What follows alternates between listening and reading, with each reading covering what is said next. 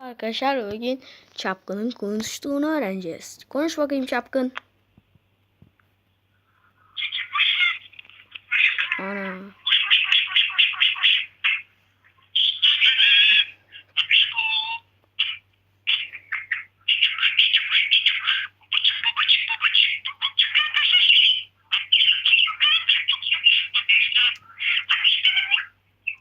Tamam yeter artık tamam. Tamam sus. Hadi bir daha konuşmaya başla hadi.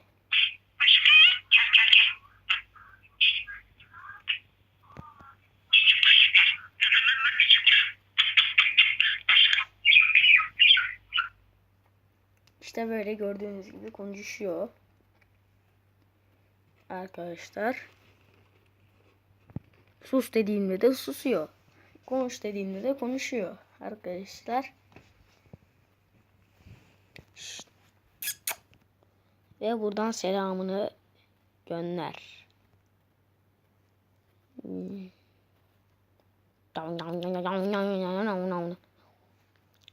Çapkın. Elimi ısırma. Oh, ısırma. Oh, ısırıyor ya. Fena ısırıyor bu. Bak. Bak. Elime dolaşıyor gördüğünüz gibi.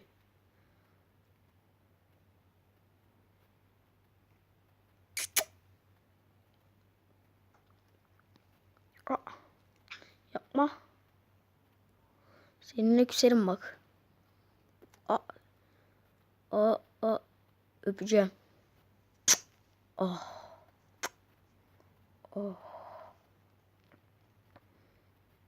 Alışacaksın maalesef.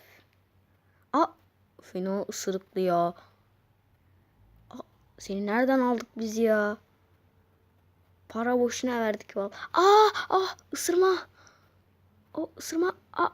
Isırma diyoruz. Sen bana küstün mü? Sen ısırma.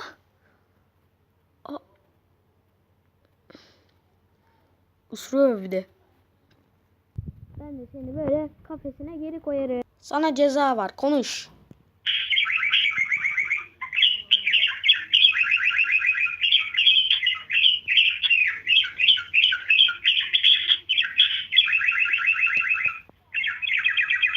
Tamam konuşmayı bırak. Konuşmayı bırak. Ama aferin böyle. Arkadaşlar güle güle. Bana abone olmayı unutmayın. Bay bay.